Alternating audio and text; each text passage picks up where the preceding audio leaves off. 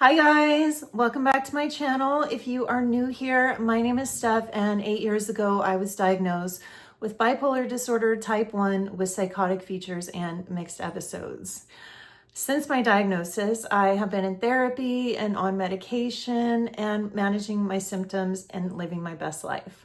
But prior to my diagnosis, I had been misdiagnosed. I had suffered with years of anxiety, depression, anger, irritability, hypomania, mania, and even psychosis. I wish I had found medication sooner because it saved my life. Because I experienced psychosis, I caused my loved ones a lot of worry and pain.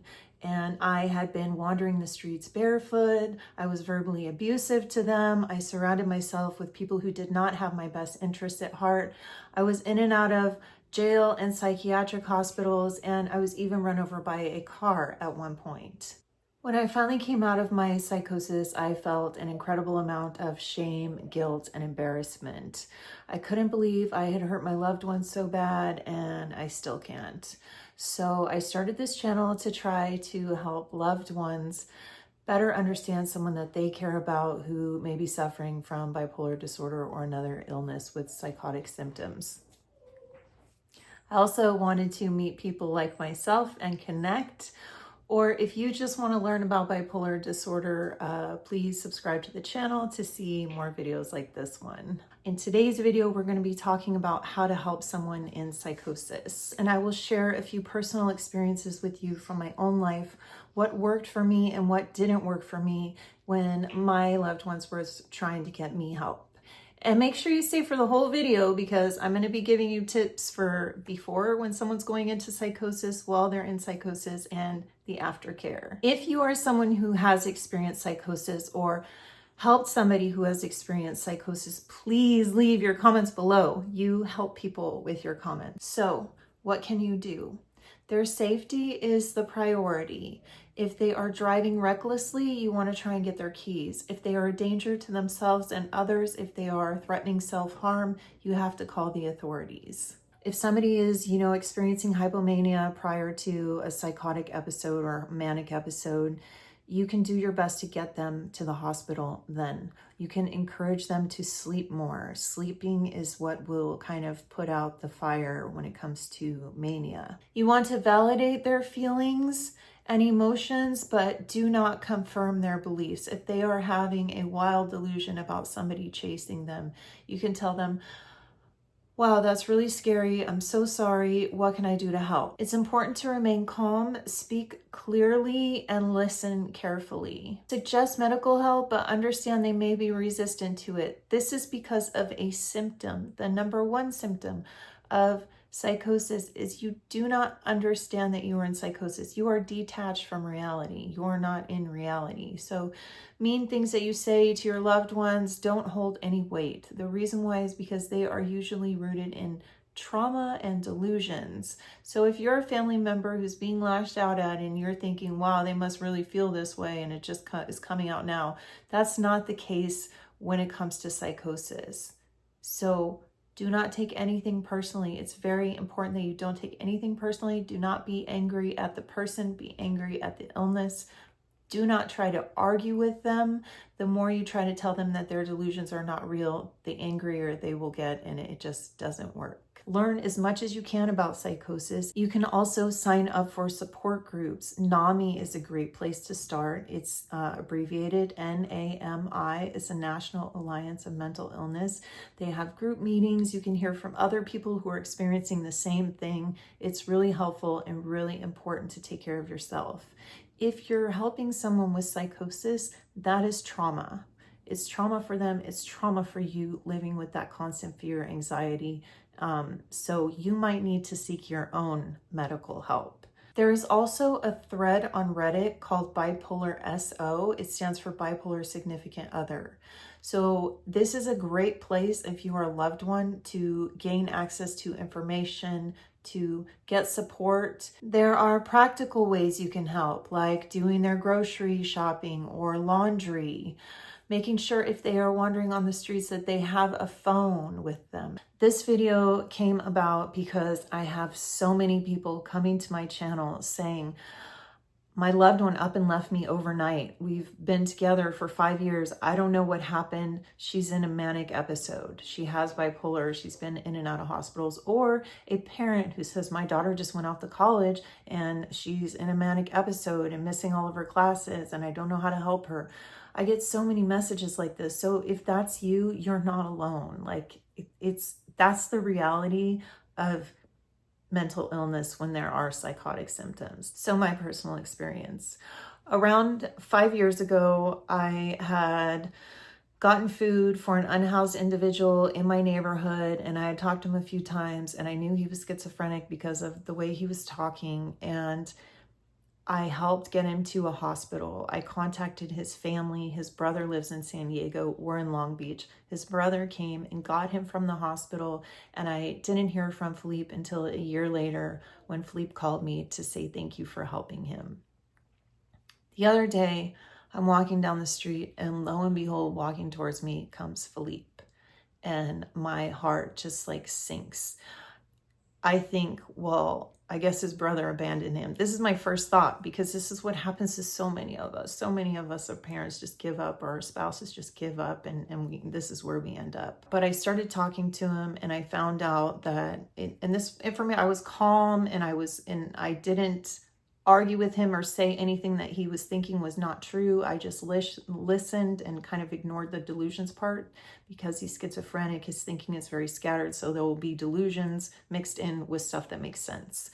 So I got that he had been hospitalized. His mom died a few months ago, that he had been in rehab, residential living, and that when he got out of the hospital, he just walked away from his brother. He said, well, I didn't realize what really happened, but it brought me back to when I was in psychosis, how much I hurt my family, how scared I was, how scared they were.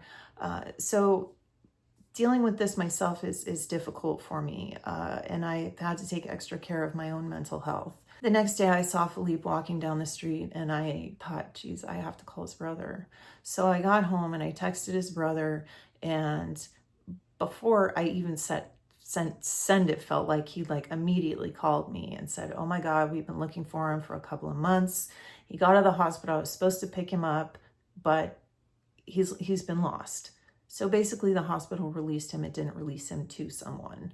So that's how he ended up on the street again. This is what hospitals do. If your loved one is lost in a city and you know they're lost and you don't know what to do, you can go to the food banks, the homeless shelters, and bring their picture and ask those people. You can ask unhoused people on the street if they've seen them by showing them a picture. This might not be safe, so it's up to you if you want to go this route.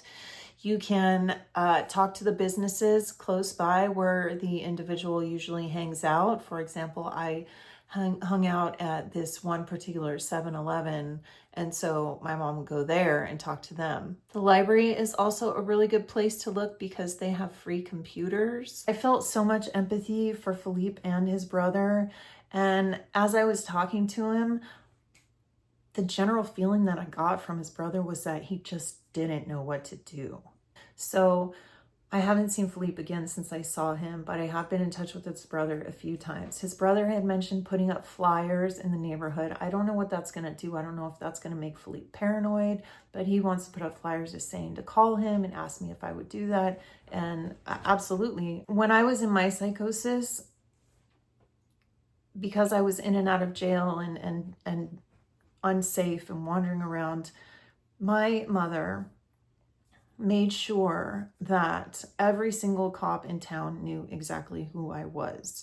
I don't know if she called a non-emergency line or what, but they stopped me all the time and asked me stuff, and I never thought anything of it until after she passed away. In my psychosis, I wandered into 2 different people's homes on 2 separate occasions. And when I did it in San Diego, where my mom had talked to every cop in the neighborhood, they took me straight to the psychiatric hospital. When the same exact thing happened in Compton months later and I got arrested, the cops took me in on felony burglary charges. But the situation wasn't really any different. So I'm pretty sure it's because my mom alerted the neighborhood and everyone about it. But ultimately, it did take me getting arrested. And that second time that I went into the house was the reason I got arrested. And I was held for 3 months in jail, and it was a horrible experience. But I agreed to take medication in there because even though I was still in psychosis, I had enough sense to know that if I took the medication, they would let me out. That's what I thought in my head. So I took the medication, and I got better. For so many families, it's such a struggle. And unfortunately, there's not a whole lot you can do when someone is an adult. You can call for a home check. They'll send a psychiatric team along with the police. Being encountered by the police is extremely traumatic, and you want to try and avoid it if you can. I came to the decision to tell Philippe's brother that he should file a missing person report with the police department and tell them specifically that he is at risk, in need of medication, and very firmly tell them he is nonviolent. He's never hurt anybody. He's nonviolent. It's almost impossible to know what to do. Everybody's situation is different. My biggest piece of advice to any of you is to not take it personally, understand that it's an illness, and that there is hope, that things can get better with medication and therapy. So aftercare, and once you get somebody hospitalized, because ultimately you have to be able to get the person in a hospital. Sometimes people come out of psychosis on their own, but majority of the time they need to be hospitalized and put on medication. I have come out of psychosis on my own before, but there have also been times where I was in psychosis for a year, and I only came out of it because I was arrested and sent to jail for 3 months. The problem with the hospitals and what happened in Philippe's case is that the hospitals always release patients before they're ready, and they release them to no one. And the best way that you can help your loved one in this situation is if you are able to get them to a hospital and they're in a psychiatric hospital, call every day, twice a day, 3 times a day if you want to. That's probably a little excessive, but at least once a day, call, probably 2 times a day. It's up to you. But when my family was calling the hospital and I found out, I told the staff they were no longer allowed to speak to them. And so that can happen. But I'm not sure if you can still call and relay symptoms and say they were up for 4 days and then they called me saying all this random stuff.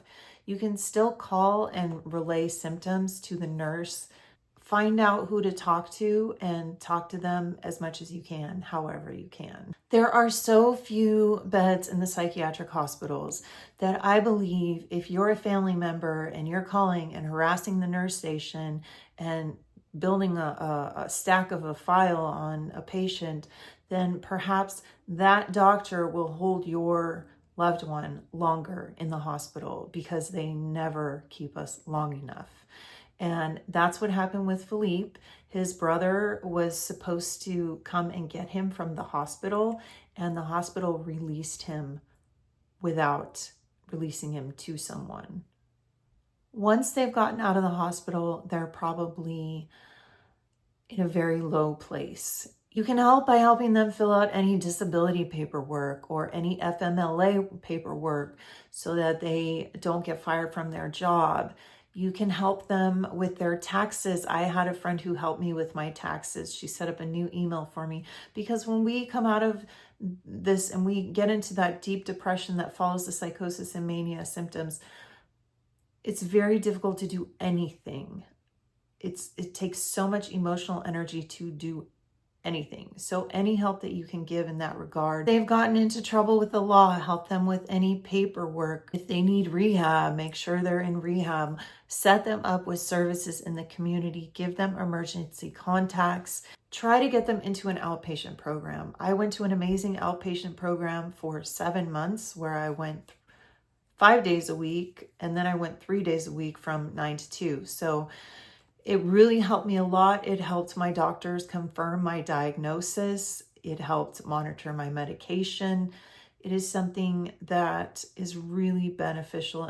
You can help them with medication reminders. You can keep an open line of communication. Tell them you're there for them. Tell them you're not angry with them for anything they did in their episodes. Tell them that the brain is like any other organ, and that just like a diabetic, they need to monitor the chemistry in their brain. Only with a diabetic, it's blood. Tell them that it's not a character flaw, and be patient. Don't lose hope. And if you have any questions, please put them below. I hope this video has been helpful. Thank you for caring, and I look forward to seeing you in the next video. Let me know what kind of video you want to see next, okay? Bye.